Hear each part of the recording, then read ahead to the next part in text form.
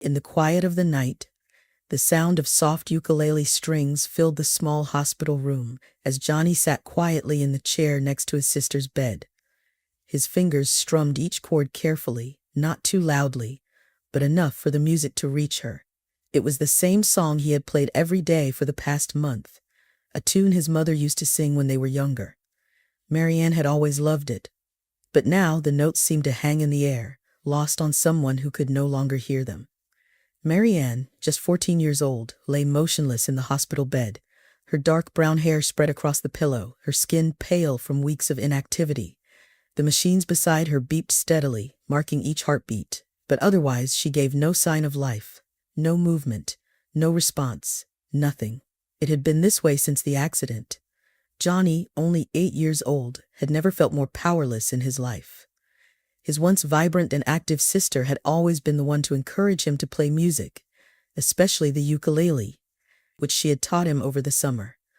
They would sit together on the porch of their small suburban home, playing and singing as the sun set, their laughter filling the warm evening air. But that seemed like a lifetime ago. Now the only sound in the room was the beeping of machines and the soft, almost hesitant strumming of Johnny's ukulele. He glanced at his mother, Lisa, who sat in the corner of the room, staring blankly at the floor. Her face was drawn, tired, her eyes red from sleepless nights and silent tears. She had been strong for so long, but Johnny could see the cracks in her composure. She had stopped humming around the house, stopped singing the songs that used to fill their home with warmth. Music had always been a part of their lives, but now it seemed like a distant memory. Johnny's father, Paul, visited the hospital every evening after work. His face was always set in a mask of determination. But Johnny knew that even his dad was beginning to lose hope. The strain of the situation was wearing on him, and though he tried to be strong for the family, there were moments when Johnny caught him staring at Maryanne with a look of deep sadness, as if he were preparing himself for the worst. It had been weeks since the school bus accident. Johnny remembered that day with a clarity that haunted him. Maryanne had been coming home from school, her backpack slung over her shoulder, her face lit up with the excitement of telling him about her day. Then the crash happened, a sudden, terrifying event that changed everything. The bus lost control, and Maryanne had been one of the few who were gravely injured. The doctors called it a miracle that she had survived, but Johnny didn't feel like it was a miracle. He felt like he had lost his sister. Every day after school, Johnny would come to the hospital ukulele in hand and sit by her side. He played the songs they used to sing together, hoping that somewhere deep inside she could hear him. He imagined her in a faraway place, listening to his music, waiting for the right moment to come back. But with each passing day, his hope began to wane. There were times when Johnny wanted to give up. He would look at her lifeless form and feel the weight of despair settle in his chest. Why wasn't she waking up? What if she never did? What if all the music in the world wasn't enough to bring her back? One evening, after another long day at the hospital, Johnny lay in bed, staring at the ceiling. His ukulele rested on the floor beside him, and he could still hear the faint echoes of the song he had played earlier that day. He closed his eyes, trying to hold on to the memory of Maryanne laughing and singing along with him, but the image was starting to fade. As sleep began to overtake him, Johnny drifted into a dream. In the dream, he was standing in the middle of a vast empty field. The sky above was a deep, endless blue, and the air around him was still. There was no sound, no birds, no wind, just silence. Johnny looked around, confused and a little scared. Where was he? Then, out of the silence, a figure appeared. The figure was tall and dressed in flowing white robes that billowed gently, though there was no breeze. The figure's face was obscured by a bright, radiant light that Johnny couldn't look at directly. It was as if the person's face was made of pure light, too brilliant to see. Johnny wanted to ask who they were, but before he could speak, the figure extended a hand, offering him a piece of paper. Johnny hesitated for a moment, but then reached out and took it. The paper felt cool and smooth in his hands, and as he unfolded it, he saw that it was filled with words. A song. The lyrics were unfamiliar, but as Johnny read them, he could hear the melody in his head, soft and soothing. "You must sing this for her," the figure said, though its voice seemed to come from everywhere at once, like an echo carried on the wind. Johnny blinked, confused. "For Maryanne." The figure nodded. "Sing this song and have faith." Before Johnny could say anything else, the dream faded, and he woke up in his bed, his heart racing. For a moment he lay there disoriented, trying to make sense of what had just happened. But as he sat up and looked around the room, the memory of the dream remained vivid in his mind. The next morning, Johnny went to the hospital, the lyrics from his dream still fresh in his memory. He didn't tell his mother or father about the dream. It felt too strange, too personal to share. Instead, he sat in his usual spot next to Maryanne's bed, holding his ukulele in his lap. Taking a deep breath, Johnny began to strum the chords softly, just as he had done every day. But this time he sang the words from the dream. His voice was shaky at first, but as the melody flowed through him, it grew stronger, more confident. He poured all of his love, his hope, and his longing into the song, as if somehow through the music he could reach her. The name of the song was "Come Back to Me." The song went like this: "In the quiet of the night, I can feel your heart so far from sight, but I'm here, I'm holding on, with a love so strong it can't be gone. Though the world is still and silent, I know you're out there somewhere, and my heart keeps believing that love can find you anywhere. Come back to me, through the shadows and the pain. I'll be waiting here, calling out your name. Let my voice be the light to guide your way, for love can bring you home today. It's a miracle we seek, and I believe love can bring you back to me." But when he finished, nothing happened. Maryanne lay still, her chest rising and falling steadily, her eyes closed, her face serene. The machines beeped quietly beside her. Unchanged. Johnny's heart sank. He had been so sure that the dream meant something, that the song would bring her back. But it hadn't. She was still gone, still lost in whatever faraway place she had been since the accident. Tears filled his eyes, and Johnny quickly wiped them away, not wanting his mother to see. He felt foolish for believing, even for a moment, that a dream could make a difference. Maybe the music wasn't enough. Maybe nothing was enough. For the next few days, Johnny continued to visit the hospital, but he didn't play his ukulele. He didn't sing. He just sat there, holding Maryanne's hand, feeling the weight of his failure settle on his shoulders. Then, 3 days after he had sung the song from the dream, something happened. Johnny was at home, sitting in the living room, staring blankly at the television, when the phone rang. His mother answered it, and he could tell from her voice that it was the hospital. His heart pounded in his chest, a mixture of fear and hope swirling inside him. Lisa's voice trembled as she spoke. She's awake?" Johnny froze, his breath catching in his throat. Awake? Could it be? Within minutes they were in the car, racing to the hospital. Johnny's mind was spinning. Was it real? Had Maryanne really woken up? And if she had, what did that mean? When they arrived, the doctors confirmed it. Maryanne had opened her eyes that morning, but she was confused, disoriented, and worst of all, she didn't recognize anyone. Not her parents, not the nurses, and not Johnny.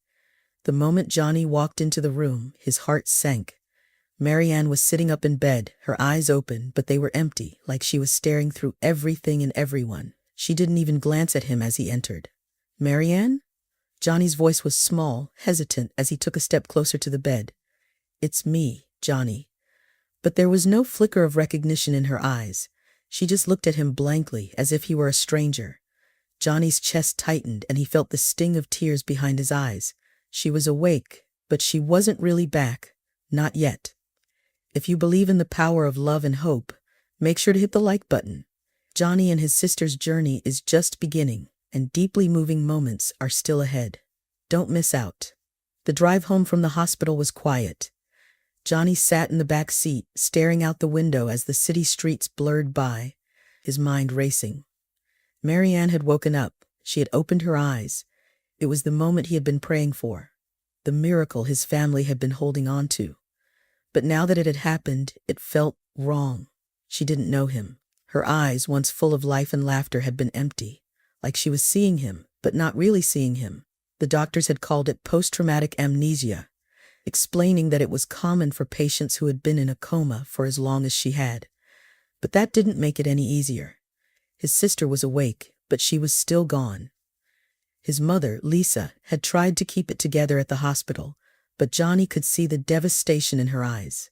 She had hugged Maryanne, spoken softly to her, trying to coax some memory out of her. But all she got in return were blank stares and murmured words that didn't make sense. His father, Paul, had stood at the doorway, his arms crossed tightly over his chest, his expression unreadable.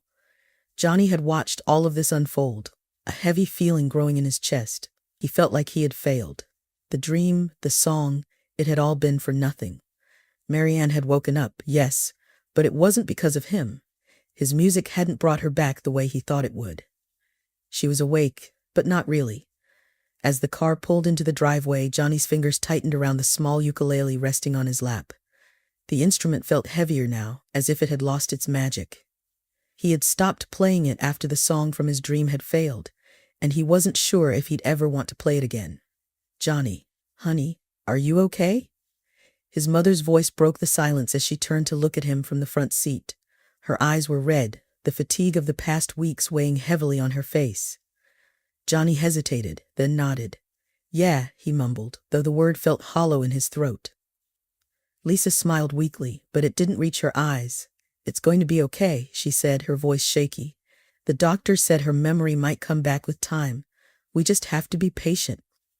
Johnny didn't respond. He knew his mom was trying to comfort him, but the words felt empty. How long would they have to wait? How long before Maryanne remembered them? If she ever did. That night, as Johnny lay in bed, he stared at the ceiling, the events of the day playing over and over in his mind. He couldn't shake the image of Maryanne's face, those vacant eyes, the way she had looked at him like a stranger. He had wanted to cry in that moment, but the tears wouldn't come. Instead, all he felt was a growing sense of frustration, of helplessness. Why hadn't the song worked? In the dream, the man in white had promised that the song would bring her back. But she wasn't back, not really. Had he done something wrong? Had he not sung it right? Had he not believed enough? The questions swirled in his mind, and for the first time since the accident, Johnny felt a flicker of anger. Anger at the man in the dream, anger at the song, and most of all, anger at himself for believing in something so foolish. The next morning, Johnny didn't go to the hospital with his parents. He told them he needed to stay home and finish some homework. But the truth was, he couldn't bear to see Maryanne like that again. He couldn't stand the idea of her looking at him with those blank eyes, not knowing who he was. Instead, Johnny sat in his room, the ukulele propped up against the wall. He stared at it for a long time, the familiar instrument that had once brought him and Maryanne so much joy. Now it felt like a reminder of his failure. He thought about playing, about picking it up and strumming the chords like he used to. Maybe he could try again. Maybe he could sing the song one more time and see if it worked this time.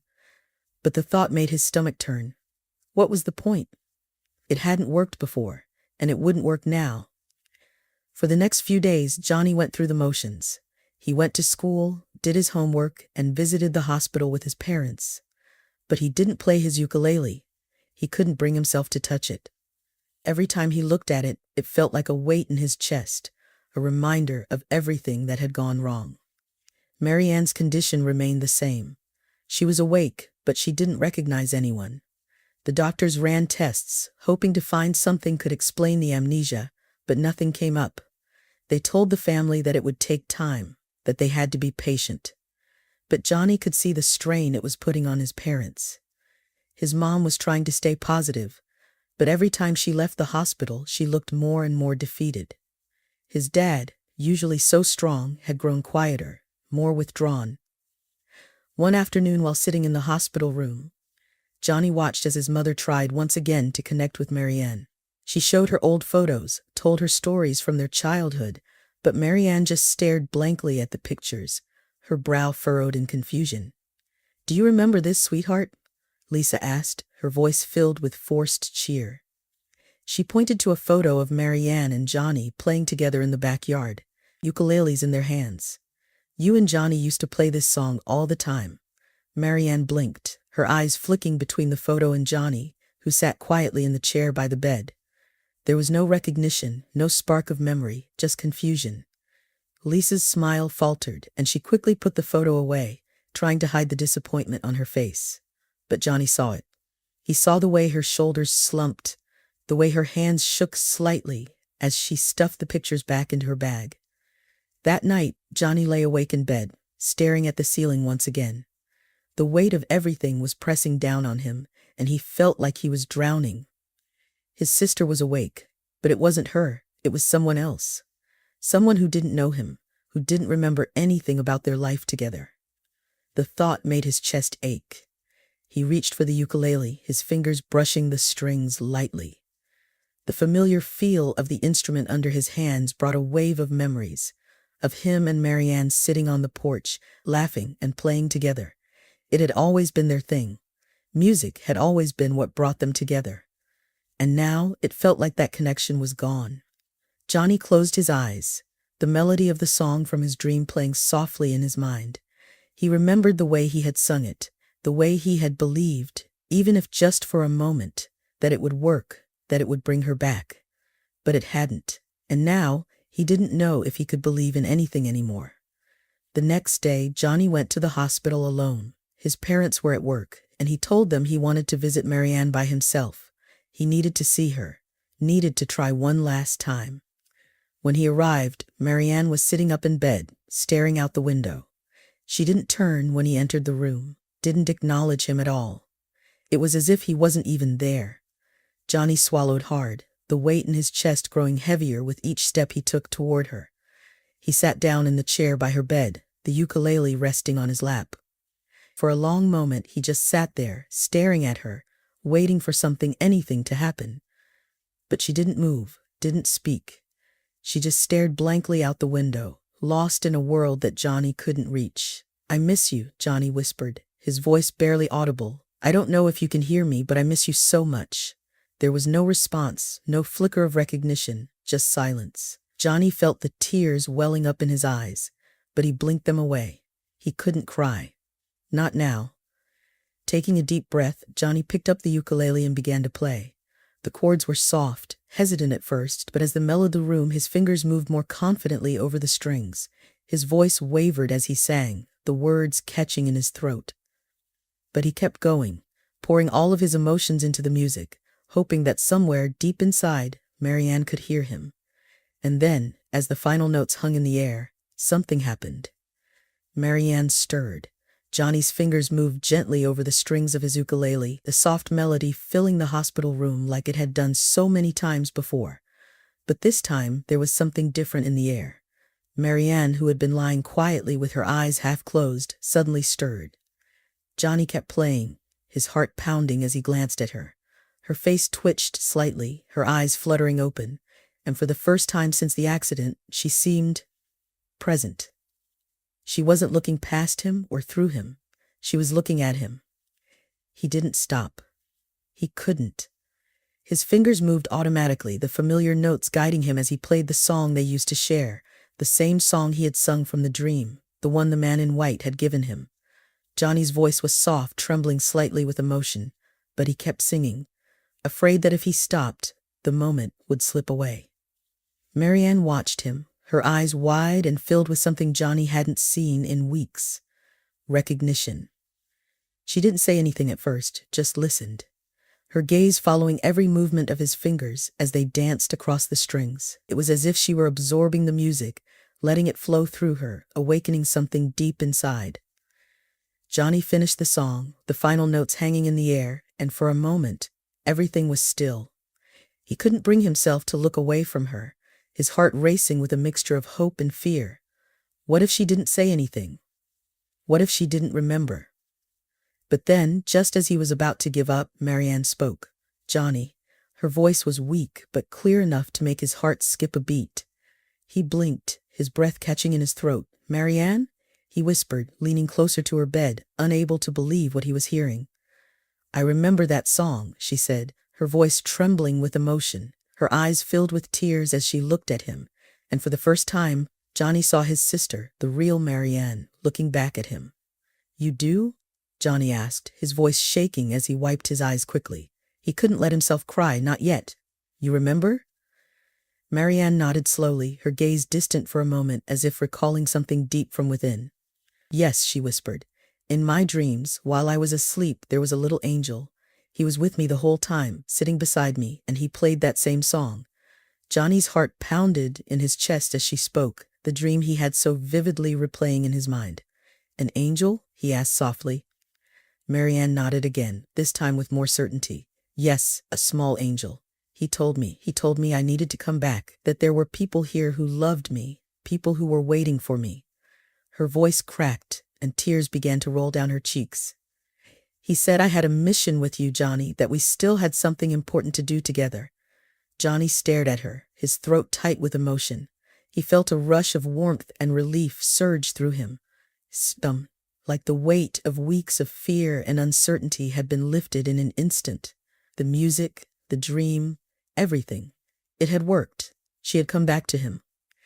Without saying another word, Johnny placed the ukulele gently on the floor and threw his arms around his sister, pulling her into a tight embrace. Maryanne clung to him, her hands trembling as she held on, as if she would never let go. Tears flowed freely from both of them, but neither cared.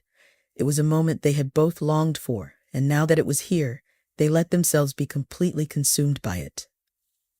"I missed you so much," Johnny whispered through his tears, his voice cracking with the weight of everything he had kept inside. "I missed you too," Maryanne replied, her voice shaky as she pressed her forehead against his. "I didn't know if I'd ever get back, but the angel, he said I had to. He said you needed me." Johnny pulled back just enough to look at her, his eyes searching hers. "I did need you," he said, his voice thick with emotion. "I still do." For a long time they sat there, holding each other, the silence in the room broken only by the sound of their quiet sobs. It was a moment of pure relief, of overwhelming love, as the bond between brother and sister was fully restored. Johnny couldn't explain what had happened.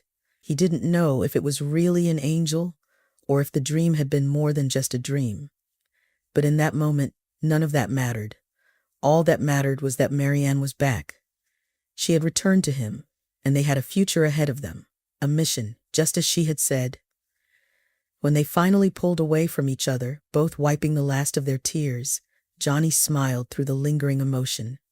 "We're going to be okay," he said, his voice steady now. "I don't know what's coming next, but I know we're going to be okay." Maryanne smiled back at him, her eyes still shining with tears. But there was a strength there now, a spark that hadn't been there before. "Yeah," she agreed, her voice soft but sure. "We're going to be okay." For the next few days, Johnny clung to that small spark of hope. The moment Maryanne had remembered their song was like a light breaking through the darkness, and Johnny couldn't stop thinking about it. It wasn't much, just a fleeting memory. But it was enough. Enough to give him the strength to keep going. Every day after school, Johnny returned to the hospital, ukulele in hand, and played for Maryanne. Sometimes she would listen quietly, her eyes focused on him as if she were trying to reach back into her memory. Other times, she would hum along, though the melody was shaky, like she couldn't quite recall all the notes. But it didn't matter. For Johnny, it was a sign that she was coming back. Little by little, his parents noticed the change too. Lisa, who had been so weighed down by the uncertainty, began to smile more often, her voice lighter when she spoke to Johnny about Maryanne's progress. Paul, though still quiet, seemed more at ease, as if the burden on his shoulders had lessened. The doctors, too, were cautiously optimistic, telling the family that it was a good sign.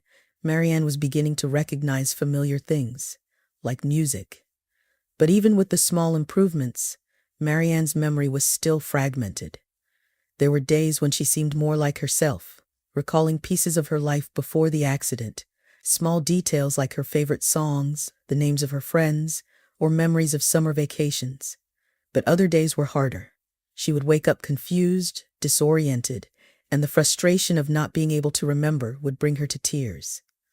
One evening, as Johnny sat by her bedside, playing the same familiar tune on his ukulele, Maryanne sighed deeply and turned to him with a look of frustration on her face. "It's like there's this fog," she said, her voice heavy with emotion. "I can feel the memories there, but I can't reach them. It's like they're just out of my grasp, and it makes me feel lost." Johnny stopped playing, his fingers resting on the strings as he looked at her with sympathy. "I know it's hard," he said softly. "But you're getting better, little by little." You remembered the song. That's something. Maryanne shook her head, her eyes filling with tears. But it's not enough. I feel like I'm not me. I don't even remember everything about you. How can I get back to normal if I don't even know who I am? Johnny's chest tightened as he listened to her. He didn't know how to fix this. He didn't know how to make her whole again. All he had was his music, the only thing that had ever seemed to reach her. But was it enough? Could music really bring her back completely? He looked down at the ukulele in his lap, the same small instrument that had once been their shared joy, their way of connecting. His fingers brushed the strings lightly, and a thought occurred to him, something he hadn't considered before. What if? Johnny began, his voice hesitant. What if I teach you to play again? Maryanne blinked at him, confusion written across her face. Teach me. Johnny nodded, his heart racing with the sudden surge of hope. Yeah, we used to play together all the time. Maybe if you relearn the songs, the memories will come back, like muscle memory, you know? Your hands will remember what your mind doesn't. For a moment, Maryanne just stared at him, her eyes wide with uncertainty. But then, slowly, she nodded. I guess it's worth a try. The next day, Johnny brought an extra ukulele to the hospital, a smaller one, more fitting for Maryanne's hands. It had been sitting in their house unused since the accident, gathering dust. But now it felt like it had a new purpose. When Johnny handed it to her, Maryanne hesitated for a moment, as if afraid she might break it. But then she wrapped her fingers around the neck of the instrument, feeling the weight of it in her hands. Johnny sat across from her, his own ukulele balanced in his lap, and smiled encouragingly. Okay, he said, let's start with something simple. Remember this one?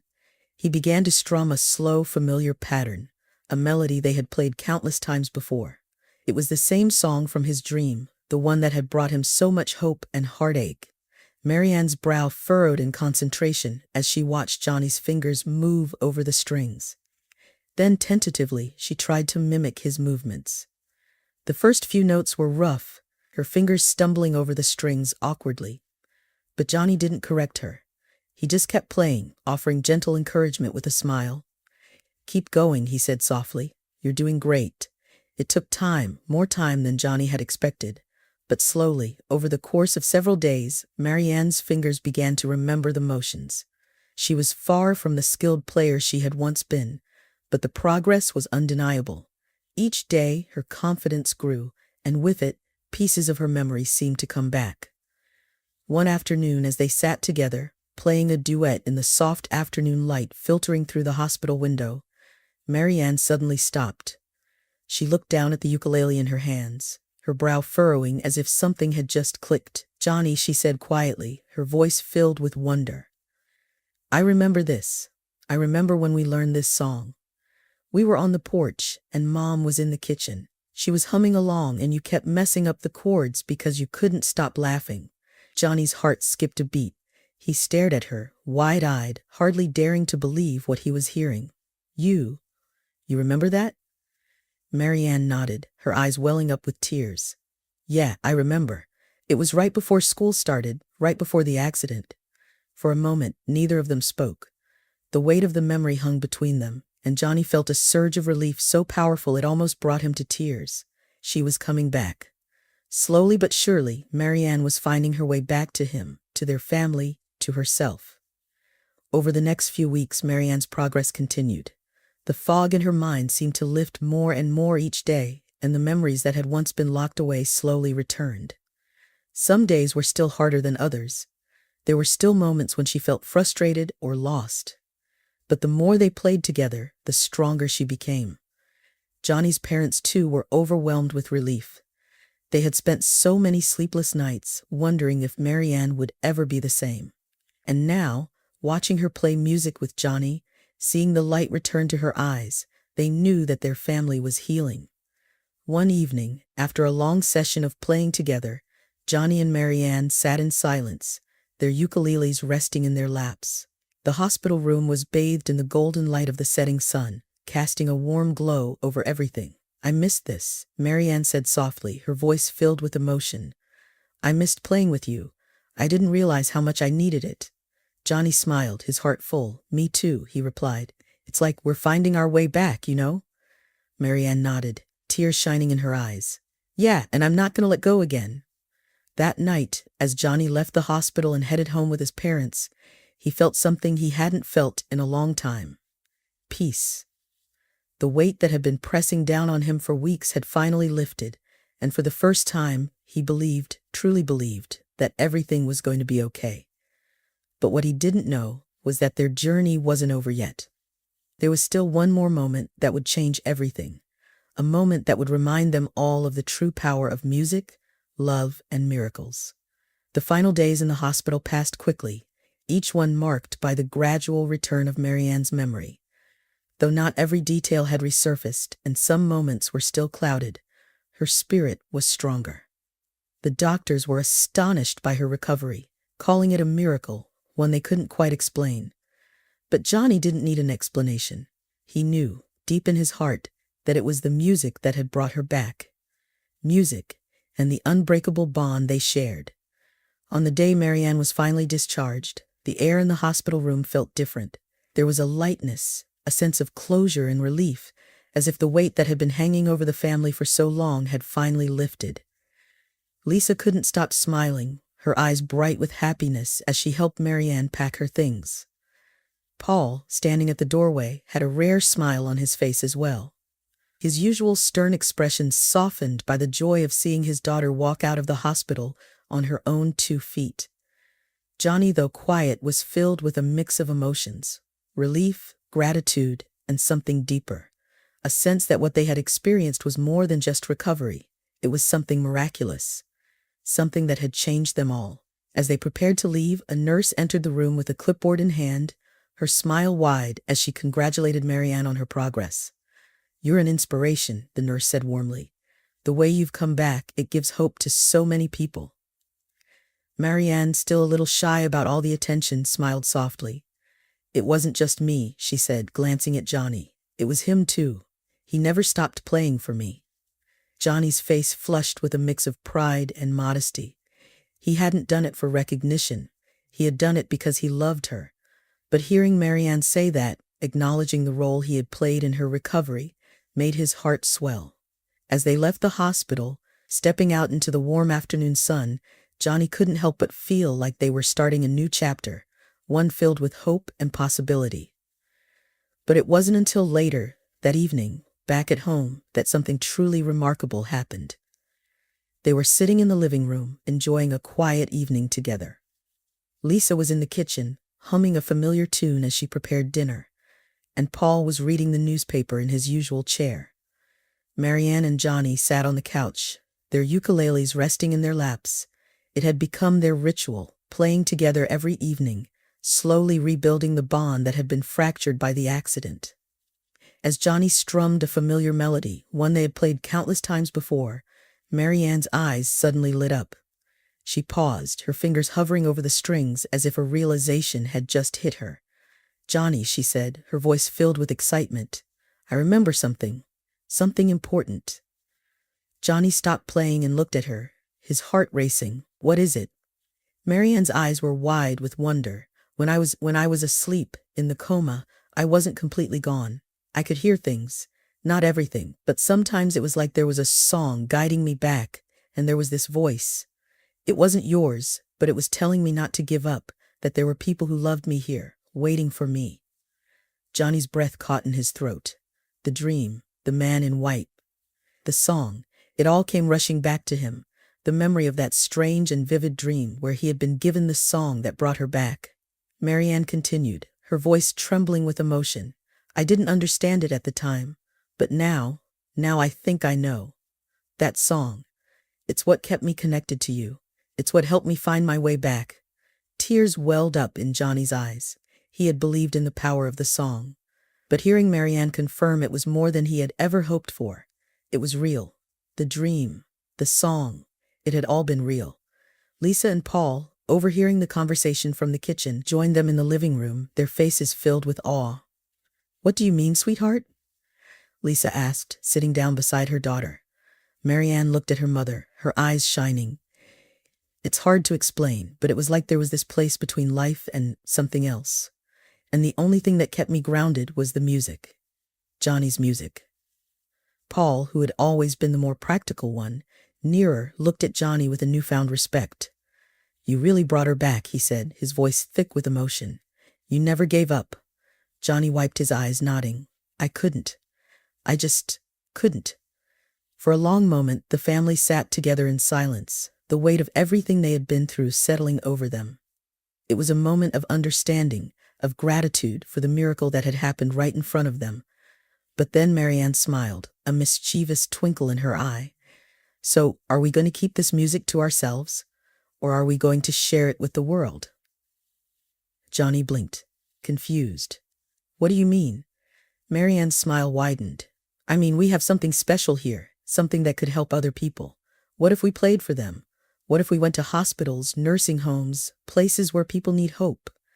We could bring them the same music that brought me back." Johnny's heart swelled at the idea. It was perfect. The thought of sharing the music that had meant so much to them with others, of bringing hope to people who were lost, just like Maryanne had been, was exactly what they needed. "I love that idea," Johnny said, his voice full of excitement. "Let's do it." And so, over the next few months, that's exactly what they did. Johnny and Maryanne began visiting hospitals and nursing homes, playing their music for patients who were struggling, lost in their own battles.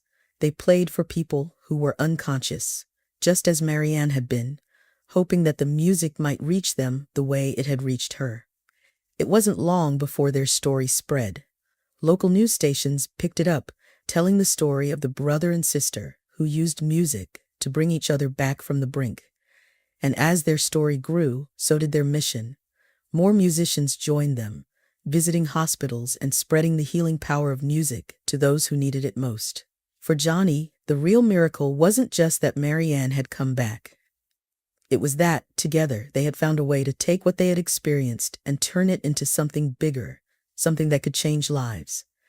And every time they played, every time he strummed his ukulele and heard Maryanne's voice harmonizing with his, Johnny was reminded of the simple truth that had guided him through it all. Love, hope, and music. They were the most powerful forces in the world. And sometimes they were enough to bring someone back to life. If this story moved you, be sure to hit the like button. Subscribe to the channel, turn on notifications, and explore more heartwarming stories just like this one. Visit our channel to see how music, love, and hope can change lives. There's so much more waiting for you. In the quiet of the night, I can feel your heart so far from sight. But I'm here, I'm holding on, with a love so strong it can't be gone. Though the world is still and silent, I know you're there somewhere. And my heart keeps believing that love can find you anywhere. Come back to me, through the shadows and the pain. I'll be waiting here, calling out your name. Let my voice be the light to guide your way. For love can bring you home today. It's a miracle we see. And I believe love can bring you back to me. In the darkness, there's a flame. A spark of hope, it burns the same. No matter how far you may be, my heart will reach across the sea. Though the world is still and silent, I know you're out there somewhere. And my heart keeps believing that love can find you anywhere. Come back to me, through the shadows and the pain. I'll be waiting here, calling out your name. Let my voice be the light to guide your way. For love can bring you home today. It's a miracle we see. And I believe love can bring you back to me. I won't stop. I won't let go. Love's the strongest thing I know. Through the tears and through the fight, I'll sing your name into the night. Come back to me, through the shadows and the pain. I'll be waiting here, calling out your name. Let my voice be the light to guide your way. For love can bring you home today. It's a miracle we see. And I believe love can bring you back to me. Yes, love can bring you back to me. Love can bring you back to me.